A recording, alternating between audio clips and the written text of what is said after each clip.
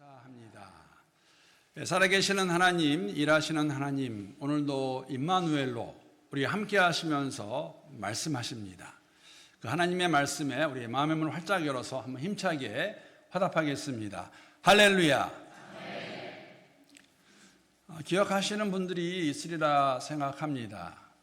8년 전에 벌써 8년이 다 되어가고 있습니다. 부임해서 제가 알게 된 것은 무엇이냐면, 물론 많은 교회에서 그렇게 하는 것도 맞습니다. 저희 교회 오늘 주일 예배가 졸업 예배라 그렇게 저희가 말하고 있는데, 그때만 하더라도 우리 졸업 예배를 주일 오후 2시 반에 예배를 드렸습니다. 참석을 해보니까 사실은 졸업 예배를 드리는데 대부분의 참석 예배를 드리는 분들은 졸업하는 학생들과 부모들이 다였습니다. 그래서 저희가 의논을 하고, 이 졸업은 참 교회가 함께 기뻐하는 그러한 일인데 너무 많은 분들이 여러 가지 이유로 못 오시고 관심도 없는 것 같아서 그 다음해부터 2018년부터 저희가 1월 마지막 주일 예배 시에 예배 드릴 때에 졸업식을 갖기 시작했습니다. 2019년까지 2번 하고 난 다음에, 그리고 나서 코비드 때문에 한동안 하지 못하다가 2022년부터 다시 저희가 졸업 예배를 오늘 1월 마지막 주일에 드리고 있습니다. 물론 학교에서는 이미 졸업식을 가졌습니다. 12월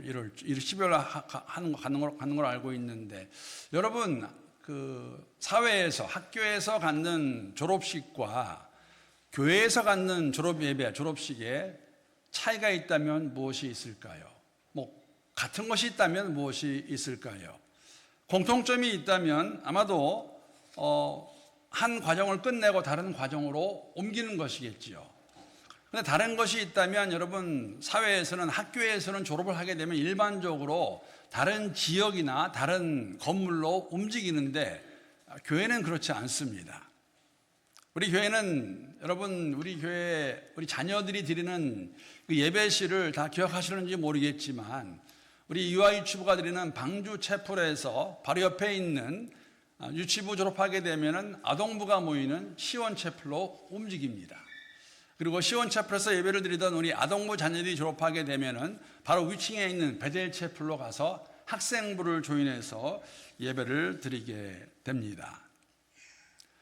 그런데 여러분, 학교에서 갖는 졸업식과 교회에서 갖는 졸업 예배, 졸업식에 근본적으로 다른 것이 있다면, 아니면 달라야 되는 것이 있다면 이런 것일 것입니다.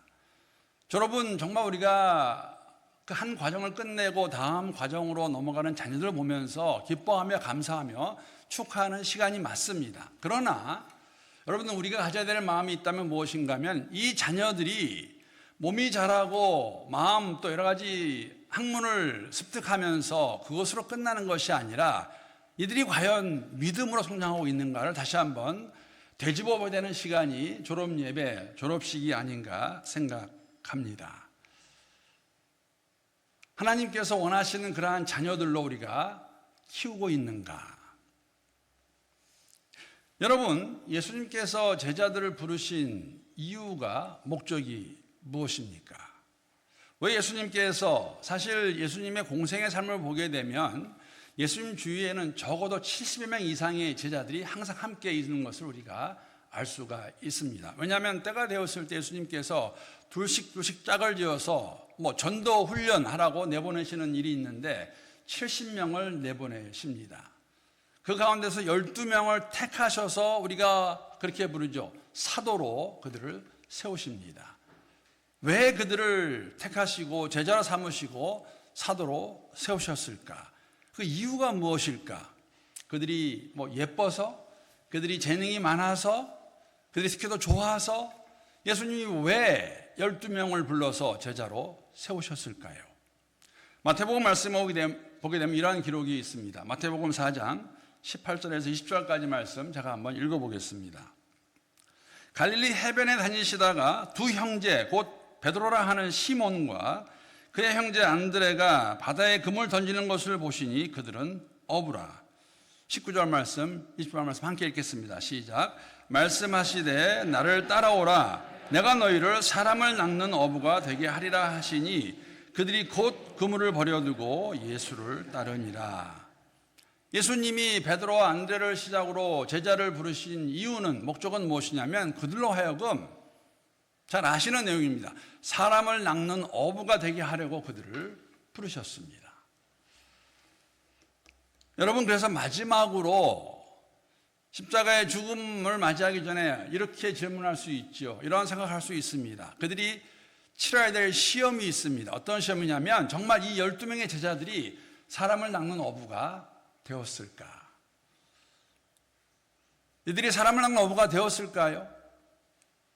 그런데 여러분, 한 가지 저에게 어려운 점이 있죠. 사람을 낚는 어부가 도대체 무엇을 의미하는가? 여러분, 갈릴리 호수에서 어부의 삶은 그 갈릴리 호수의 고기를 잡으면 됩니다. 고기를 잡는 것으로 내가 고기를 많이 잡았구나 알 수 있는데, 여러분, 사람을 낚는 것을 우리가 어떻게 알 수가 있습니까? 어떻게 알 수가 있을까요? 예수 안에서, 복음 안에서 하나님 나라의 백성이 되는 것을 우리가 보았을 때에 사람을 낚는 어부가 됐다고 말할 수 있을 것 같습니다.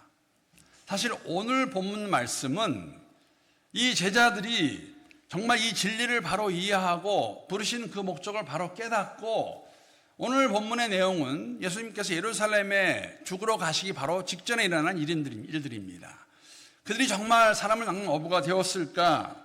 라고 질문했을 때에 우리가 알 수 있는 것은 무엇이냐면, 그렇지 않은 것을 오늘 본문을 통해서 우리가 확인할 수가 있습니다. 33년의 공생애의 삶, 예수님이 성신하셔서 이 땅에 산 그 기간입니다. 마지막 3년은 저희들이 공생애라고 그렇게 부릅니다. 공생애의 삶은 하나님이 이 땅에 예수 그리스도를 보내신 그 목적을 이루시기 위해서 자신이 메시아임을 나타내시고 메시아임을 증명하기 위해서 기사와 이적을 행하시고 또 선포하셨습니다. 내가 하나님과 하나이다 라고 말씀하십니다. 그리고 부활하시고 십자가에 돌아가십니다. 그러나 제자들의 관점에서 보게 되면 마지막 3년의 공생의 삶은 이렇게 설명할 수 있습니다. 그들 집중적으로 부르셔서 제자로 세우시기 위해서, 혹자는 그것을 제자 훈련이라고도 말을 하지요. 사람을 낚는 어부로 만드시기 위해서 공생애를 지내신 것을 우리가 알 수가 있습니다. 그래서 예수님은 반복해서 그 3년의 공생애 가운데 특히 제자들에게는 누차 말씀하십니다. 내가 이 땅에 온 목적은 나 죽으러 왔다. 십자가에서 죽을 것이다. 그리고 부활할 것이다 라고 말씀 계속 하시는데, 안타깝게도 제자들은 그것을 이해하지 못합니다. 오늘 본문에서도 그런 것을 우리가 엿볼 수 있습니다. 1절 말씀 보게 되면 이렇게 시작합니다. 제가 다시 한번 읽어보겠습니다. 너희는 마음에 근심하지 말라. 하나님을 믿으니 또 나를 믿으라라고 말씀하십니다. 14장의 시작은 어떠한 시작이냐면, 지금 제자들이 근심하고 있는 것을 우리가 알 수가 있습니다. 여러분, 제자들이 왜 근심하고 있을까요? 제자들이 무엇 때문에, 아니면 무엇이 그들로 하여금 근심하게 만들고 있는 것일까요? 여러분, 근심이라는 단어, 현대인 영어 성경을 보게 되면 이렇게 설명합니다. 이렇게 번역합니다. worried. 이 말은 사실은 걱정하는 마음이죠. NIV라는 영어 성경 보게 되면 heart's troubled. 마음이 괴롭고 힘든 상태를 설명을 합니다. 또 다른 영어 성경 보게 되면 여러분 잘 아시는 anxious. 굉장히 불안한 마음을 나타내고 있습니다. 정리해서 보게 되면 지금 제자들의 마음이 굉장히 편치 않습니다. 그것을 예수님이 아시는 것이죠. 자, 우리도 이해할 수 있는, 공감할 수 있는 것은 뭐냐면, 우리 마음도 편치 않으면 옆에 있는 사람들이 그것을 조금 감지할 수 있어요. 물론 저는 목사니까 이걸 잘 감추어서 여러분은 제가 제 마음이 어떤가를 잘 모르실 것 같지만, 제가 이것을 숨길 수 없는 사람이 한 명 있죠. 누구겠습니까? 제 아내입니다. 알죠? 사실 일반적으로 마음이 편치 않으면 그것이 얼굴로 나타나는 것이 사실은 정상입니다. 아마 제자들도 그랬던 것 같습니다. 예수님 딱 보시니까 알 수 있는 거예요. 너희가 지금 근심하고 있구나. 근심하지 말라. 여러분, 제자들이 왜 근심하고 있었을까요?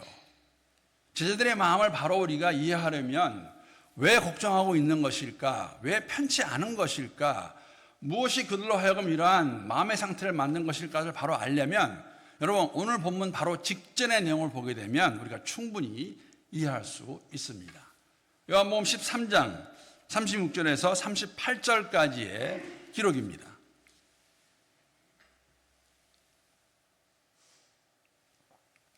말씀드린 대로 14장의 내용은 지금 예수님께서 예루살렘에 죽으러 가시기 바로 직전에 있었던 이야기입니다. 36절 말씀 보게 되면 시몬 베드로가 이르되 주여 어디로 가시나이까?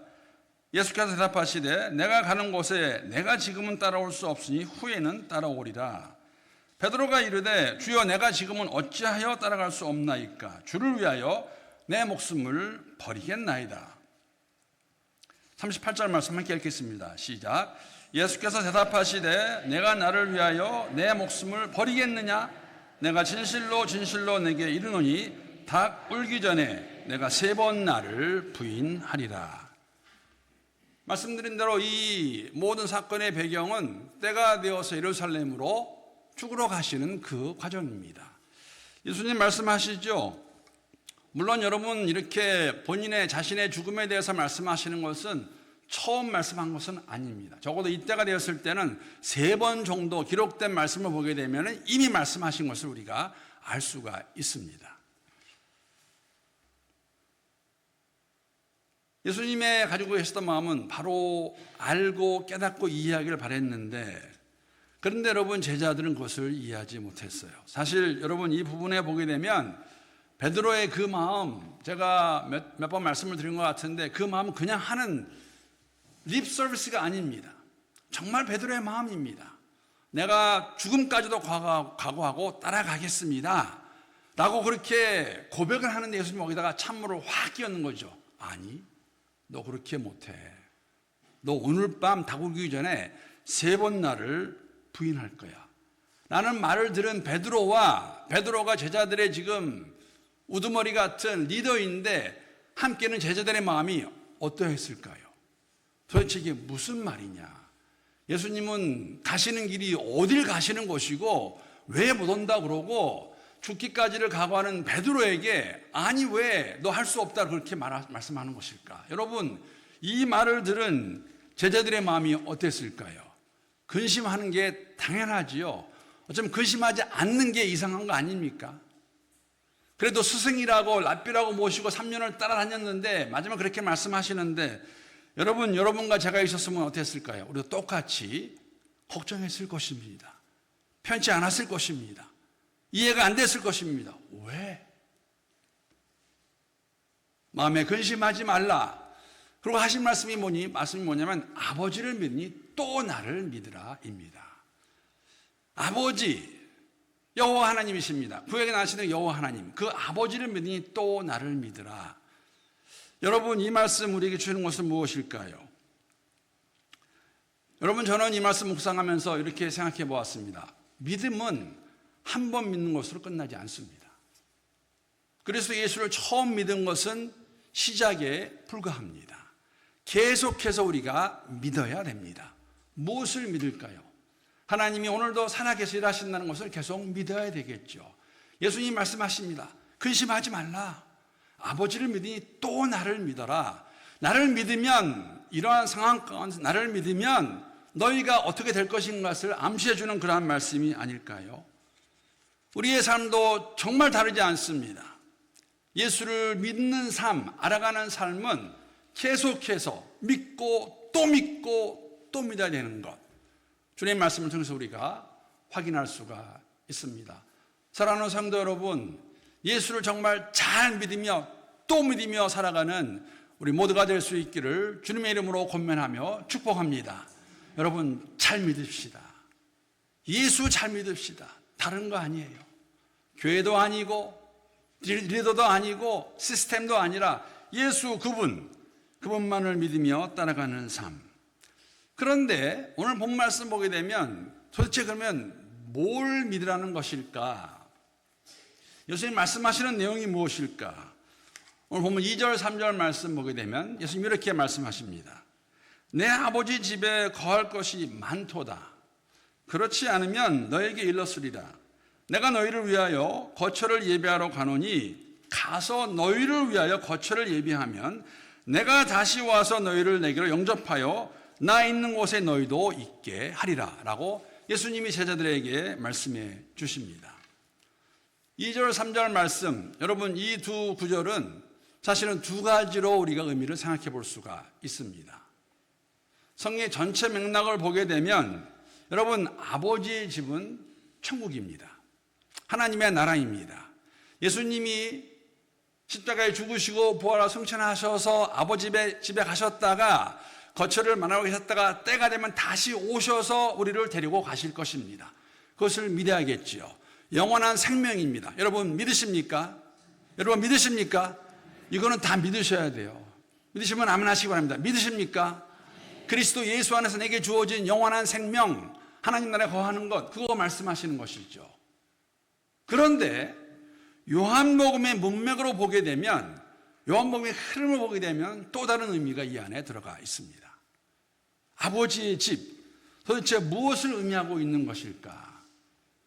말씀드린 대로 마지막 때 다시 오셔서 우리를 데리고 가실 것 맞습니다. 그런데 요한복음의 흐름에 보게 되면 또 다른 의미가 있다고 말씀을 드립니다. 요한복음 2장 16절에 보게 되면 이런 기록이 있습니다. 비둘기 파는 사람들에게 이르시되 이것을 여기서 가져가라. 내 아버지의 집으로 장사하는 집을 만들지 말라 라고 말씀하십니다. 요한복음 2장 이 구절의 배경은 여러분 잘 아실 것 같아요. 예수님께서 제자들과 함께 유월절을, 유대인의 최대 명절이죠, 유월절을 지키시기 위해서 예루살렘에 올라가셨습니다. 성전에 가셨는데 성전을 가보니까는 여러분 그 성전이 매매하는 장소로 변질되어 있는 것을 예수님께서 보시게 되면서 정말 한 번도 그런 사람이 없었겠죠. 아주 엄청난 사건을 하나 만드십니다. 성전에 성뜰에 들어가 보니까 성전 뜰 안에 들어가 보니까 소, 양, 비둘기 파는 사람들이 가득 차 있고 돈 바꾸는 사람들이 그 안에 있고, 그래서 예수님께서 노끈으로 채찍을 만들어서 그들을 다 쫓아내시고, 기억나시죠? 돈 바꿔주는 사람들의 그 돈 다 쏟아버리고 그 테이블을 완전히 뒤엎어버리십니다. 그리고 뭐라고 말씀하십니까? 내 아버지의 집을 장사하는 집으로 만들지 말라고 말씀하십니다. 이 구절에서 나오는 2장 16절 내 아버지의 집과 14장의 집에 내 아버지의 집에는 거할 처소가 많으니 그 아버지의 집이 헬라어 단어로 똑같은 단어입니다. 오이코스 오이키아입니다. 2장에서 말하는 내 아버지 집은 성전을 의미하고 있습니다. 성전입니다. 여러분 성전이 어떠한 곳입니까? 하나님이 거하시는 곳이죠. 그런데 2장의 내용을 잘 보게 되면 그 성전이 본인 자신임을 예수님께서 선포하십니다. 2장 19절에서 22절까지 말씀 보게 되면 바로 그 다음에 보게 되면 이러한 구절이 있습니다. 예수께서 대답하여 이르시되 너희가 이 성전을 헐라. 이 성전, 보이는 성전입니다. 예루살렘 성전. 내가 사흘 동안에 일으키리라. 유대인들이 이르되 이 성전은 46년 동안 지었거늘 내가 3일 동안에 일으키겠느냐 하더라. 자, 21절, 22절 말씀 함께 읽겠습니다. 시작. 그러나 예수는 성전된 자기 육체를 가리켜 말씀하신 것이라. 죽은 자 가운데서 살아나신 후에야 제자들이 이 말씀하신 것을 기억하고 이 성경과 예수께서 하신 말씀을 믿었더라. 이 성전을 헐라. 46년 지은 이 예루살렘 성전을 헐어버려라. 내가 3일 만에 다시 세우겠다. 무슨 말씀입니까? 부활을 말씀하시는 것이죠. 하나님의 집은 예수 그리스도를 의미하고 그리스도 예수 안에서 이루어지는 교회를 의미하고 있습니다. 그런데 전혀 제자들이 이해하지 못하고 있는 거예요. 그 이해하지 못하는 그 제자들의 마음을 가장 잘 보여주는 것이 오늘 본문 4절 5절 말씀입니다. 예수님 말씀하셨어요. 내가 다시 오리라. 거처를 다시 오겠다 말씀하시는데 4절 5절 보게 되면 도마가 이렇게 말합니다. 내가 어디로 가는지 그 길을 너에게 아느니라. 도마가 이르되 주여 주께서 어디로 가는지 우리가 알지 못하거늘 그 길을 어찌 알겠사옵나이까. 예수님께서 가시겠다고 말씀하신 것은 부활하신 당신의 몸을 말하고 있습니다. 머리신 교회의 머리신 그리스도 예수 안에서 우리가 이룰 교회를 말씀하는 것을 알고 있는데 정말 제자들은 이 의미를 이해하지 못하고 있는 것이죠. 아니 어디로 가는지 어떻게 우리가 알 수 있겠습니까? 라고 대답하는 사도 도마의 그 마음, 우리의 마음이 아닐까. 물론 이렇게 이해하는 것은, 이렇게 질문하는 것은 그곳을 장소로 알고 있기 때문에 이런 질문하는 것을 우리가 알 수가 있습니다. 그러나 말씀드린 대로 요한복음의 흐름에서 보게 되면 이것은 그리스도 예수 안에서 세워지는 교회를 의미합니다. 우리입니다. 우리 안에. 여러분, 이것은 부활하신 예수님을 만난 제자들이 사도행전의 기록을 보게 되면 여러분, 예수님이 오늘 말씀과 같이 예수님이 3일 만에 어떻게 하십니까? 부활하셨습니다. 부활하신 예수 그리스도 어떻게 하십니까? 제자들에게 다시 돌아가십니다. 나타나십니다. 보여주십니다. 이루어졌습니다. 그리고 그 제자들이 부활하신 예수를 만나고 난 후에 변화된 그들의 모습을 사도행전에서 우리가 확인할 수 있지요. 그들을 통해서 주는 그리스도시요 살아계신 하나님 아들이라고 고백했던 그 베드로의 고백 위에 교회가 세워지고 시작되는 것을 우리가 확인할 수가 있습니다. 주신 말씀이에요. 그런데 아직까지 이해하지 못하고 있는 제자들, 그러한 제자들에게, 도마에게 우리가 너무나 잘 알고 있는 예수님께서 어떻게 일이 가능한 것인가를 오늘 6절 말씀 보게 되면 이렇게 선포하십니다. 6절 말씀 함께 읽겠습니다. 자, 시작. 예수께서 이르시되 내가 곧 길이요 진리요 생명이니 나로 말미암지 않고는 아버지께로 올 자가 없느니라. 그리스도 예수 안에서 길이요 진리요 생명이신 그분 안에서 교회가 될 수 있는 것, 교회가 시작되는 것, 교회로 우리가 함께 나아가는 것을 오늘 저희들에게 보여주고 있습니다. 오늘 본문의 내용입니다. 사실 마지막 도마의 그러한 질문을 보면서 이러한 생각을 가져보았습니다. 우리도 크게 다르지 않을 수 있다. 여러분, 예수를 믿는다는 것은 나중에 죽어서 천국 가는 것을 기대하며 살아가는 것은 아닙니다. 그것은 주어질 것입니다. 그것을 우리가 완전한 구원이라고 그렇게 설명을 합니다. 여러분, 오늘 이 땅에서 그리스도 예수 안에서 우리가 하나님의 나라, 하나님의 집을 세우고 살아갑니다. 하나님의 집입니다. 교회입니다. 길이요 진리요 생명이신 그리스도 예수. 여러분, 이것을 정말 우리가 믿는다면, 입술로 고백한다면 우리에게 주는 도전은 뭐냐면 두 가지가 있습니다. 먼저는 여러분과 제가 그 진리의 삶을 살아내는 것입니다. 진리이신 그리스도 예수, 생명 되시는 그리스도 예수, 그분이 우리의 모든 것 되심을 여러분 삶으로 살아내야 됩니다. 그리고 더 중요한 것, 이 진리를 우리 자녀들에게 계승시켜야 됩니다. 졸업 예배가 그러한 의미입니다. 아, 우리 딸 이번에 공부 잘해서 이런 우수한 성적으로 졸업하는구나. Praise the Lord. 여러분, 감사하고 기뻐할 일입니다. 그게 다가 아니라는 것이죠. 이 진리를 우리 자녀들에게 과정 끝나고 또 올라가고 나이 먹고 우리가 그런 얘기 항상 하지 않습니까? 좋은 대학 가서 좋은 직업 가지고, 여러분, 그거는 누차 말씀드리지만 세상도 다 원하는 것이에요. 그 누가 그걸 원치 않겠습니까? 그게 다가 아니죠. 길이요 진리요 생명이신 그리스도 예수. 오늘 졸업식 예배는 그런 의미가 있습니다.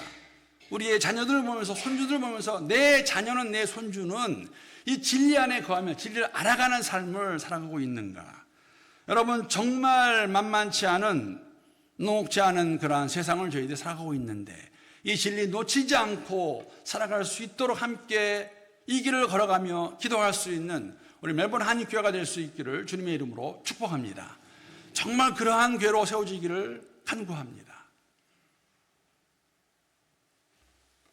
제가 이런 이야기 나누기 원합니다. 이 세상이 얼마나 악한가를, 사실 지난주에 제가 저희 사택 프런트 야드를 이렇게 정리하다가 깨닫게 되었습니다. 그렇게 된 이유는 사실 오늘 말씀 본문은 이미 결정이 되었기 때문에 묵상을 시작했기 때문에 그걸 보았던 것 같습니다. 저희 사택에 오신 분은 알겠지만 저희 사택에 앞 정원 조금 있고 뒤에 정원이 있습니다. 저에게는 딱 사이즈가 좋은 것 같아요. 크지도 않고 작지도 않고 관리하기 편한. 저희가 8년 전에 사택으로 이사에 들어갔을 때 가장 먼저 한 것이 무엇이냐면 아마 좀 주의 깊게 보시는 분들은 아실 것 같아요. 저희가 나무 새우를 심었습니다. 앞 프런트 야드에는 배나무 심었습니다. 백 야드에는 자두나무하고 레몬나무를 심었습니다. 결과적으로 잠깐 말씀드리면 자두나무는 아직 따먹지 못한 것 같고요. 먹은 것 같은데 언제인지 모르겠어요. 제가 사모한테 물어본다고 아내한테 물어본다고 깜빡했는데 레몬나무는 감사하게 올해 열매가 열렸습니다. 레몬을 먹을 수 있을 것 같고 배나무는 사실 그 열매가 열기 시간이 좀 됐습니다. 몇 년 됐는데 사실 배나무는 저희 사택 앞마당에 있는 배나무의 배는 제가 딱 한 개 맛보았습니다. 한 4년 전이에요. 그것도 따서 맛본 게 아니라 떨어진 배가 그래도 그대로 있어서 제가 그 배나무를 그 배를 먹은 기억이 있습니다. 근데 올해는 사실 배나무에 그 배가 많이 열렸어요. 한번 보여주시죠. 얼마나 잘 보이는지 모르겠지만 제가 앞에 있는 배나무 그 사진 2개인데 자세히 보시면 상당히 많이 열렸는데 말씀드린 대로 하나도 먹지 못했습니다. 왜 그랬을까요? 이 새들 와서 다 먹어버린 거예요. 그래서 제가 본 거는 다음 사진 보여주시죠. 이런 사진입니다. 다 갉아먹었던지 한쪽을 찍어 먹어서 떨어졌던지 아니면 마지막 거는 좀 컸으면 제가 지난번에 저런 거 먹었거든요. 근데 새가 와서 이번에 제가 월요일날 마당을 정리하면서 야 정말 많이 떨어졌다. 이 많은 배가 다 누구의 배에 들어갔을까 허뒀는데 제가 한 가지 안 게 뭐냐면은 여러분 이런 겁니다. 큰 새는 보이는 것만 찍어 먹습니다. 근데 좀 작은 새는 작은 가지를 밟고 안으로 들어가더라고요. 통통통. 그래서 아마 들어가는 과정에서 이 배들이 좀 잘 자라는 배들은 떨어지기도 하고 한번 쪼면은 떨어지기도 하고 그래서 지금 제가 3장만 보여드렸는데 처음 2장 보여드린 정말 앙상한 배 이 씨도 안 남은 것들이 굉장히 많았습니다. 그런데 저는 그걸 보면서 사실 오늘날의 세상을 생각해 보았습니다. 여러분 이 세상은 정말 악한 세상이 맞습니다. 학교에서 세상에 살아가는 그 자체가 작은 새가 안으로 들어가면서 통통거리면서 떨어뜨리는 것 같이 어쩌면 그 물결에 저희들이 휩쓸려서 우리의 자녀들이 정말 믿음으로 살아가기 원하지만 그 풍파에 그냥 넘어지는지도 모르겠어요. 그래서 우리 아내가 미국에 있는 큰 처형이죠. 언니에게 전화를 해서 이걸 하소연을 했어요. 언니 올해도 과일을 하나도 못 먹었어. 올해는 먹을 줄 알았는데 오늘 굉장히 많이 났거든요. 여러분 제가 망도 씌워봤어요. 소용이 없더라고요. 망을 정말 잘 씌우지 않으면 다 들어가더라고요. 뭐 저희는 그랬습니다. 뭐 저희만 그랬는지 모르겠습니다. 다른 분들은 더 엑스포트를 해서 먹는지 모르겠지만 그랬더니 그런 말씀을 해주었어요. 그 배를 먹으려면 배 하나하나마다 신문지로 다 감싸야 된다. 그러면 먹을 수 있을 것이다. 제가 본 기억은 나요. 사과할 때 그렇게 복숭아, 한국에서 그 복숭아 할 때 그렇게 하더라고요. 그래서, 근데 여러분, 어쩌면은 제가 말씀드린 대로 그 떨어진 배 조각들을 보면서 가진 마음은 뭐냐면, 말씀드린 대로 이 세상, 하나님을 거부하고 하나님을 인정하지 않는 세상은 악한 세상입니다. 험악한 세상입니다. 우리의 자녀 한 명 한 명, 정말 교회가 그리고 가정에서 그들을 말씀으로 보호하지 않으면 감싸주지 않으면 여러분 세상 풍조에 휘둘릴 것입니다. 제가 이렇게 말씀을 안 드려도 여러분 경험적으로 아시고 계시지 않습니까?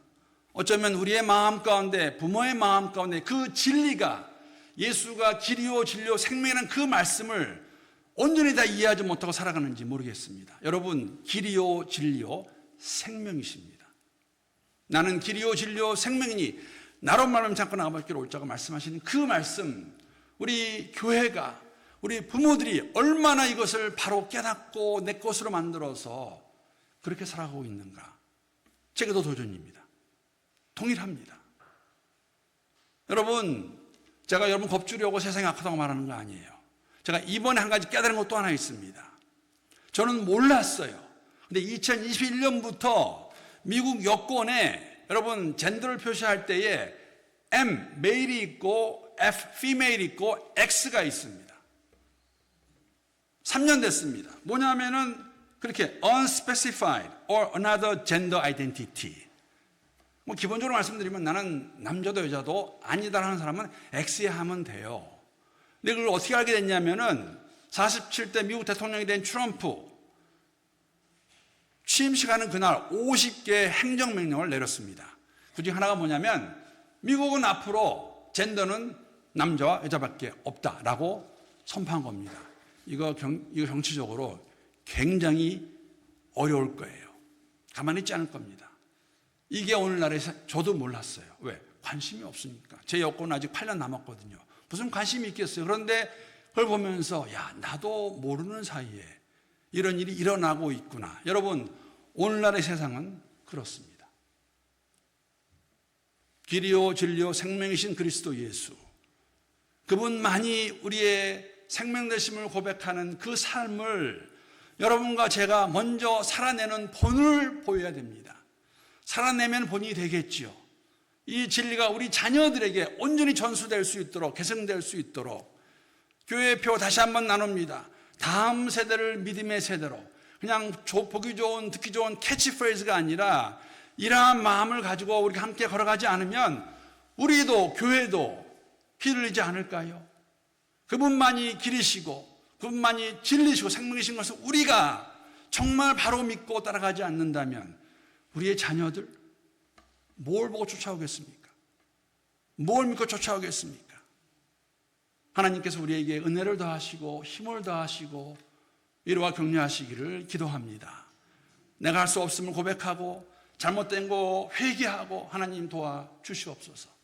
내가 오늘부터라도 2025년부터라도 정말 이러한 마음을 가지고 함께 교회를 세워가고 자녀를 위해 기도하는 그러한 주의 백성 되겠습니다. 하나님, 내 힘으로 할 수 없습니다. 하나님 도와주시옵소서. 이러한 마음 가지고 이 길을 함께 걸어가는 우리 모두가 될 수 있기를, 그러한 교회가 될 수 있기를 우리 주님의 이름으로 축복합니다.